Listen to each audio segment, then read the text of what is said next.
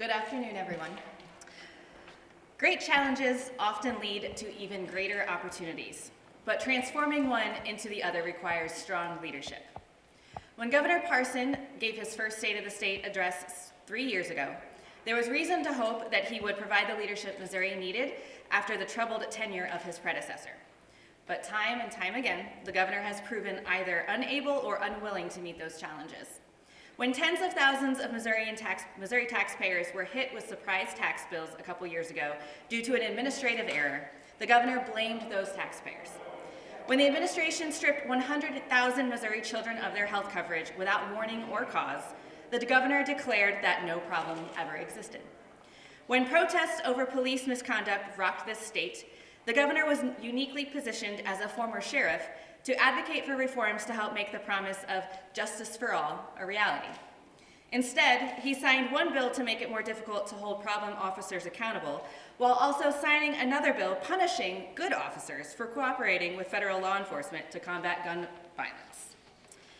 And when it comes to fighting the pandemic, the governor's hands-off approach continues to extract a hefty toll, with new cases shattering records almost daily. This reality is forcing many schools to consider shutting down as student and teacher absences skyrocket, in part because the governor's hand-picked attorney general threatens to sue any school that takes even basic steps to limit COVID-19 spread. Today, the governor claimed victory over COVID, while children like my own here today are wandering the hallways because our school is shut down, just like so many working parents are currently struggling day to day while schools continue to close their doors. But with unprecedented budget surpluses, the governor has a once-in-a-generation opportunity to truly transform things for the state of Missouri. That must start with fully funding Medicaid, as Missouri voters have instructed. It also includes reversing years of financial neglect by giving agencies throughout the state the resources they need to do their jobs.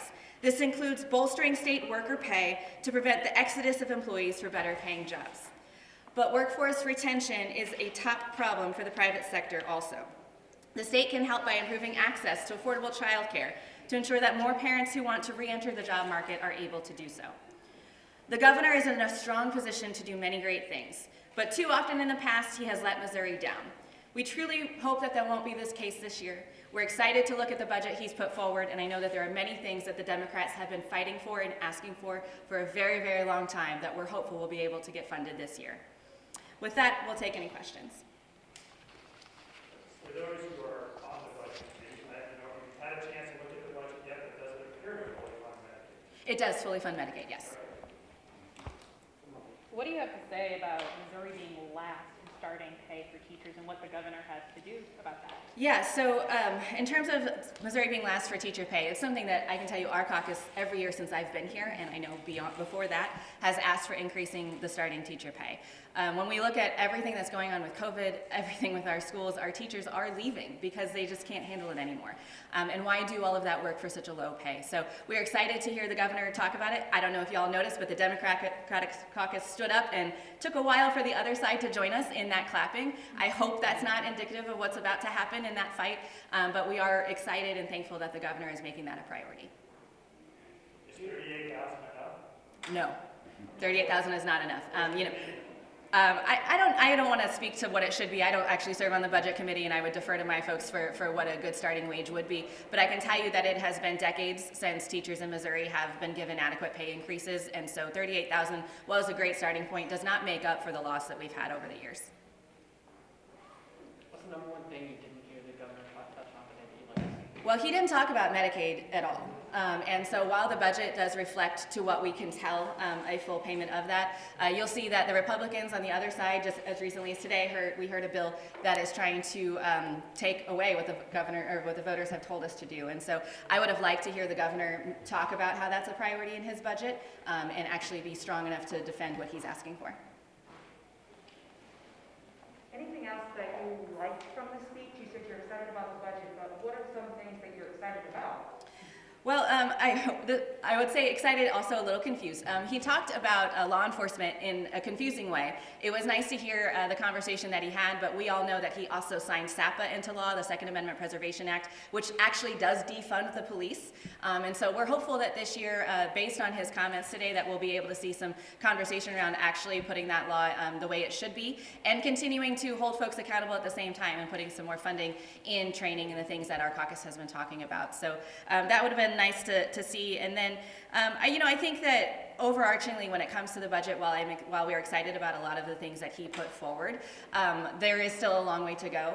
It was a bit interesting to hear him talk about how all of these things that we're going to be able to do, but then also blame the federal government at the same time, when in reality is that we're in this situation, thankfully, because the administration at the federal level has sent money down to the states to help us. We have decades and decades of cuts that our state budget has seen. And so while this money gets us to a really great place to do some really wonderful investments, the reality is we have decades to make up for. In the budget address, we met with the budget committee beforehand, and they said this is like the first time that they've been able to put all this money out compared to years past where they haven't had budget cuts. Mm-hmm. Kind of tell me, in your time being here in the Missouri legislature, is this the best address that you might have heard, or best budget that you might support because of that? Yeah, to answer your question, yes, I think that since I've been here, this budget, what we've been able to see so far is most in line with democratic values in terms of investing in people and investing in our state. There's, as he mentioned today, but you'll also see as you go through the budget, there's significant money for things like childcare, mental health funding, substance abuse funding, after school programming, we're hoping is going to be a part of that discussion, broadband, infrastructure, higher ed, community college.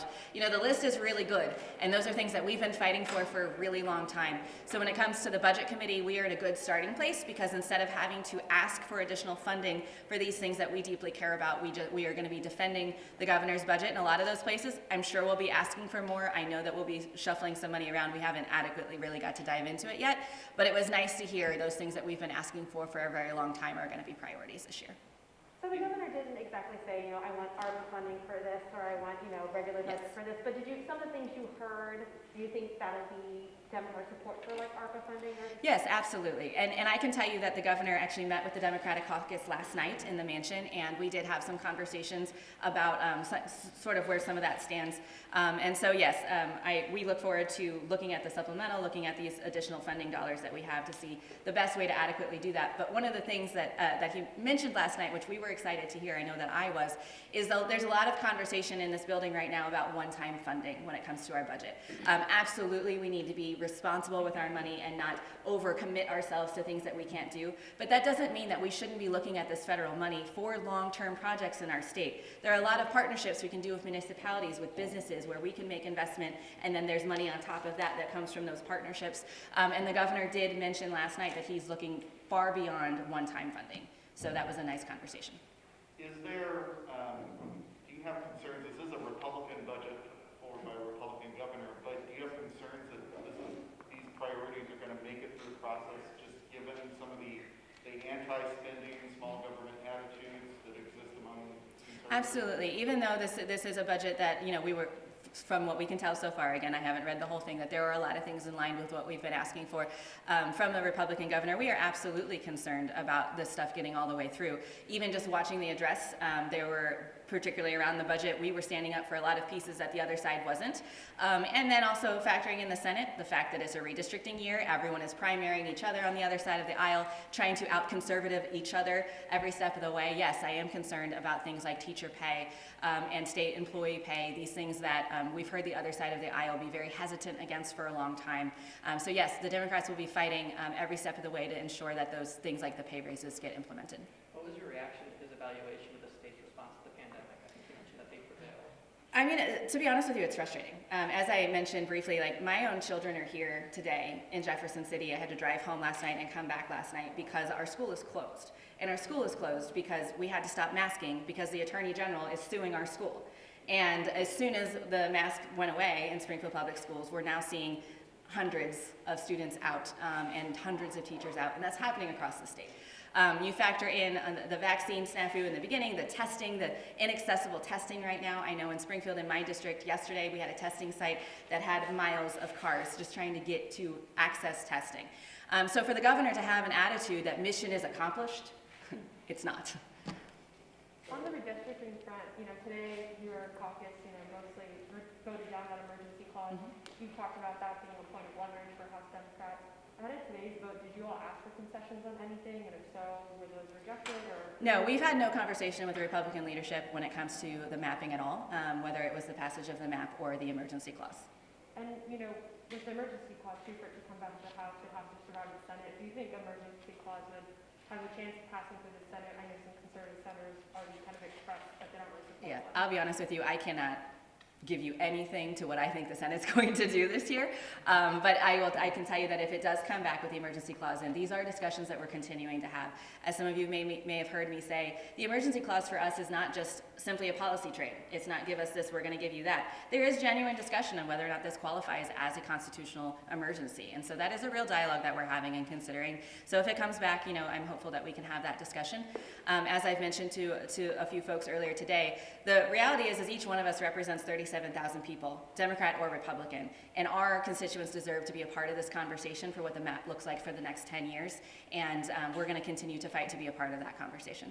So if there is no emergency clause, what do you think would happen? Would the primary have to be pushed back, or would candidates file in one district, and then after the primary, the shape of their districts would change? I can't speak to what I think will happen. There's a lot of there's a lot of different options that could come to fruition. We could change the filing date. There could be like in years past where candidates file in multiple districts, and then when we figure out what exactly the maps look like, then you withdraw from one. There are a lot of different options. But the reality is if the governor thought this was a true emergency, we would have already had it done by now. And just because something is hard or we're confused or not sure what to do next doesn't mean that we should just jump in and blindly say, yes, this is what we're doing. We are legislators, we are elected people, and it is our job collectively to figure this out in the appropriate way. Do you like the new redistricting plan that the House Redistricting Commission, the bipartisan panel, came up with today? I know they voted it out today, a little after 2 o'clock, I believe. I haven't been able to sit and actively look through all of it. I got the link during the State of the State. I can tell you that I know the Democratic House commissioners worked really hard over the last few months, and the fact that they came to consensus is pretty shocking to me, so that means that folks really did dig in, but I haven't adequately had time to look through and figure out where everything is yet. Other questions? Okay, thank you all so much for your time. Appreciate it. Thank you.